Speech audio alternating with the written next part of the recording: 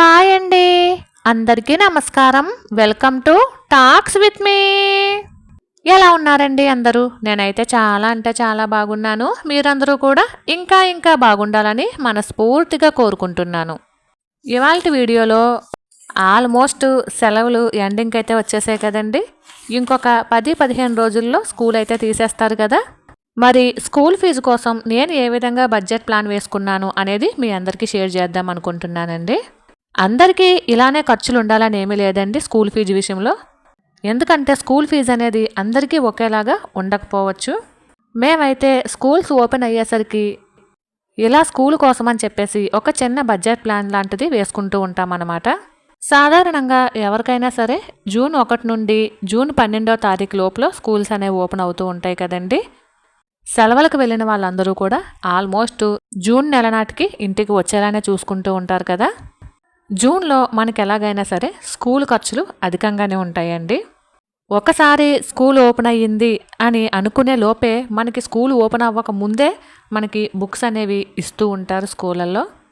Already books వచ్చాయి తీసుకోండి అని చెప్పేసి చాలామందికి ఈపాటికే మెసేజెస్ వచ్చి ఉంటాయి. బుక్స్ ముందే ఇచ్చేస్తారు కాబట్టి సాధారణంగా మనకి స్కూల్ ఓపెన్ అవ్వగానే కావాల్సినవి ఏంటండి?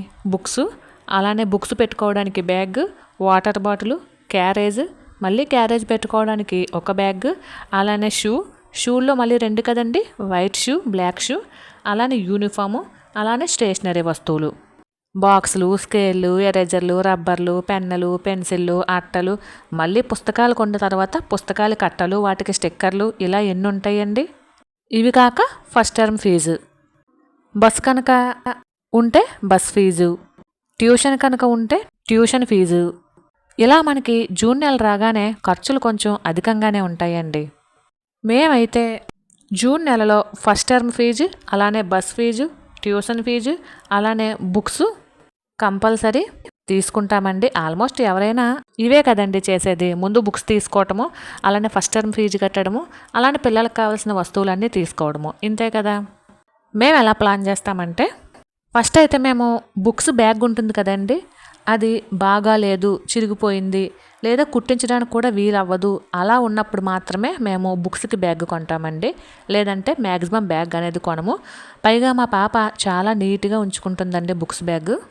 బుక్స్ ఎలాగో కంపల్సరీ కొనాలి కాబట్టి వాటి ఖర్చుని మనం ఎలాగో తగ్గించలేము. నేనైతే ఈ సంవత్సరం బుక్స్ బ్యాగ్ అయితే కొననవసరం లేదండి. మా పాప చాలా నీట్గా ఉంచుకునింది. 2 బ్యాగులు కూడా చాలా బాగున్నాయి. ఒకటేమో స్కూల్లో ఉంచేస్తుందండి, ఒకటి ఇంటికి తీసుకొస్తుంది అనమాట. అలానే క్యారేజ్ కొనవసరం లేదండి. క్యారేజ్ బ్యాగ్ కూడా కొననవసరం లేదు. వాటర్ బాటిల్ కూడా కొననవసరం లేదండి.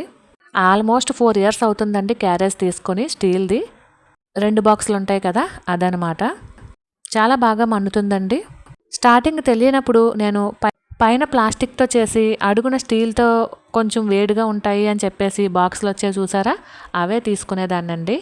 అవి ప్రతి సంవత్సరము కూడా మార్చాల్సి వచ్చేది. ఈ రెండింగ్కి ప్లాస్టిక్ బాక్స్ చుట్టూతా కూడా బ్లాక్గా అదొక రకంగా అయిపోయేది. ఇంకెలా కాదని మన చిన్నప్పుడు స్టీల్ క్యారేజీలు వాడేవారు కదా, కింద పైన బాక్సెస్ వచ్చి, ఆ టైప్ క్యారేజే తీసుకున్నాను. 4 ఇయర్స్ నుంచి అదే పెడుతున్నానండి. చాలా బాగా మన్నుతుంది. వాటర్ బాటిల్ కూడా 4 ఇయర్స్ బ్యాకే స్టీల్ తీసుకున్నాను, అదే యూజ్ అవుతుంది. అలానే క్యారేజ్ బ్యాగ్ అండి, నేను ఎప్పుడూ క్యారేజ్కి బ్యాగ్ అయితే మా అమ్మాయికి ఇవ్వలేదు. ఎప్పుడు కూడా బుట్ట ఇచ్చానండి. ఆల్మోస్ట్ ఆ క్యారేజీ బుట్ట మా పాప స్కూల్కి వెళ్ళినప్పటి నుంచి అదే బుట్ట అండి. బుట్ట అయితే సాయంత్రం స్కూల్ నుంచి రాగానే ఒకసారి తోమేసి బోర్లించేస్తే మార్నింగ్కి ఆరిపోయి ఉంటుందండి. క్యారేజ్ బ్యాగ్ అయితే స్కూల్ నుంచి రాగానే క్లీన్ చేయడానికి కుదరదండి. జస్ట్ దులిపేసి మళ్ళీ మరుసటి రోజు మళ్ళీ పెట్టేస్తూ ఉంటాం. మళ్ళీ మార్నింగ్కి వారానికి 1-2 సార్లు ఉతుకుతాం అంతే. కానీ బుట్ట అయితే అలా కాదు, ప్రతిరోజు సాయంత్రం క్యారేజ్తో పాటు బుట్ట కూడా చక్కగా తోమేసుకోవచ్చు. కాబట్టి నేను బుట్టనే యూజ్ చేస్తానండి. కాకపోతే ప్లాస్టిక్ క్యారేజ్ స్టీల్ది, వాటర్ బాటిల్ స్టీల్ది, ఓన్లీ అవి పెట్టుకోవడానికి మాత్రమే కాబట్టి ప్లాస్టిక్ బుట్టను అయితే ఇస్తున్నాను. ఇవైతే ఈ సంవత్సరం నేను కొననవసరం లేదండి. స్కూల్ బ్యాగ్స్ కానీ, క్యారేజ్ బ్యాగ్స్ కానీ, క్యారేజ్ కానీ, వాటర్ బాటిల్ కానీ, ఇవేమీ నేను కొననవసరం లేదు. ఈ సంవత్సరం నేను కొనే వల్ల బుక్స్, అలానే షూ అండి. ఎందుకంటే పిల్లల కాలు ప్రతి సంవత్సరము ఎదుగుతూ ఉంటుంది కాబట్టి షూ అనేది సంవత్సరం కొనకపోయినా 2 సంవత్సరాలకు ఒక్కసారైనా కంపల్సరీ కొనాలి. ఈ సంవత్సరం అయితే షూ కొనాలండి. లాస్ట్ ఇయర్ నేను షూ కొనలేదు. ఈ సంవత్సరం షూ సరిపోవట్లేదు మా పాపకి, 2 షూస్ కొనాలి. అలానే యూనిఫామ్ అండి. యూనిఫామ్ కూడా 1 లేదా 2 జతలు కంపల్సరీ తీస్తామండి. ఎందుకంటే ఇంచుమించు వారం రోజులు, వారం పొడవునా కూడా యూనిఫామ్ వేసుకునే వెళ్తారు కాబట్టి, ఓన్లీ సాటర్డే మాత్రమే సివిల్ డ్రెస్ ఉంటుంది కాబట్టి కంపల్సరీ యూనిఫామ్ 1 జతో 2 జతలో తీస్తాను. స్టేషనరీ అండి. స్టేషనరీ మా పాప దగ్గర కొన్ని ఉన్నాయి, కొన్ని కొనాల్సినవి ఉన్నాయండి. ఇక ఇలా ఒక అంచనాగా అంటే మనకి ఏమేం కావాలి, ఏమేం వద్దు అనేది ఒక అంచనాగా అర్థమైపోతుంది కదండి మనకి ఏమేం కావాలి ఏంటి అనేది. దాన్ని బట్టి మేమైతే ప్లాన్ చేసుకుంటామండి. ఆల్రెడీ నేను మీ అందరికీ షేర్ చేశాను కదా, 50,000 రూపీస్ ఇయర్లీ బడ్జెట్ ప్లాన్ ఎలా వేసుకుంటాను అనేది. నేను ఒక చీటీ వేసుకుంటానని మీ అందరికీ చెప్పాను కదండి. నేను వేసుకునే చీటీ వచ్చేసి 10 నెలల చీటీ అండి. ఏప్రిల్ నెల చివరికి చీటీ డబ్బులు వచ్చేటట్టు నేను ప్లాన్ చేసుకుంటాను.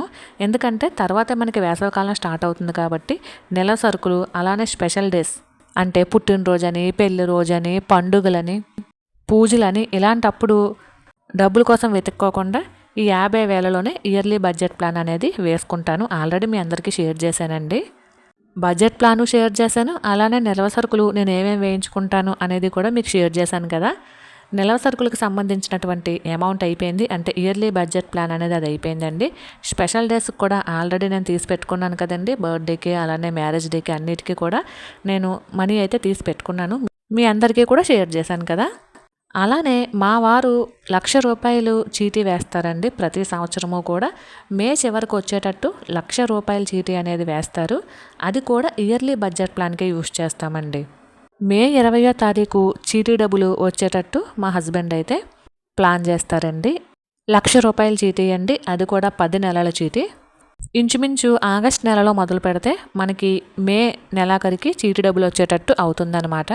ఆయన వేసే ఈ చీటీ ఏంటంటే ఓన్లీ స్కూల్ ఫీజుకి, అలానే ట్రిప్స్కినండి. ఈ రెండింటికి మాత్రమే యూజ్ చేస్తామన్నమాట. అంటే బస్ ఫీజుకి, అలానే బుక్స్ కొనడానికి, ఫస్ట్ టర్మ్ ఫీజుకి, యూనిఫామ్కి, షూస్కి, క్యారేజీ కావాలితే క్యారేజీకి, బ్యాగ్ కావాలితే బ్యాగ్కి, ఇంకా అన్నిటికీ కూడా ఈ మనీని అయితే యూజ్ చేస్తామన్నమాట. మేము బస్ ఫీజు ఇప్పుడే కట్టేస్తామండి, సంవత్సరానికి ఒక్కసారే కడతాము. స్కూల్ ఫీజు అయితే మాత్రం 3 టర్ముల కింద అయితే కడతామండి. ఇప్పుడైతే అంటే జూన్ నెలలో స్కూల్ ఓపెన్ చేయగానే ఫస్ట్ టర్మ్ ఫీజు కట్టేస్తాము.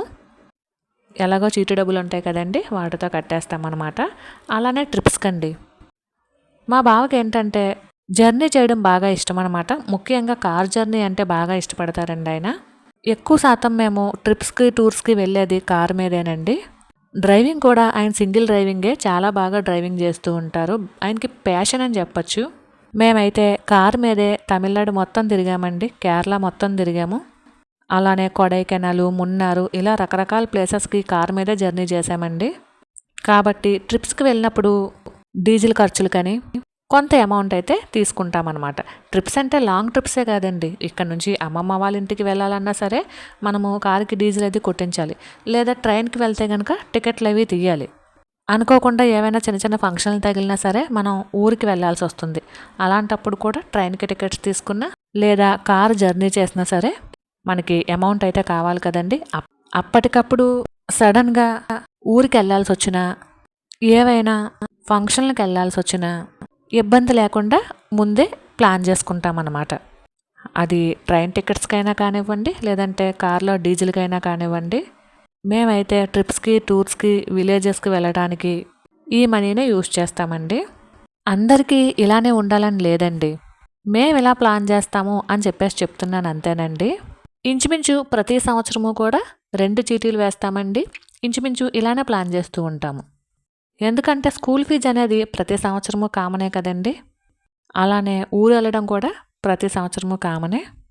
అది అమ్మమ్మ వాళ్ళ ఇంటికి వెళ్ళినా, ఎక్కడికైనా యాత్రలకు వెళ్ళినా, చిన్న చిన్న ట్రిప్స్కి వెళ్ళినా ఊరు వెళ్ళడం అనేది కామన్ కాబట్టి మేము ఇలానే ప్లాన్ చేస్తూ ఉంటాము.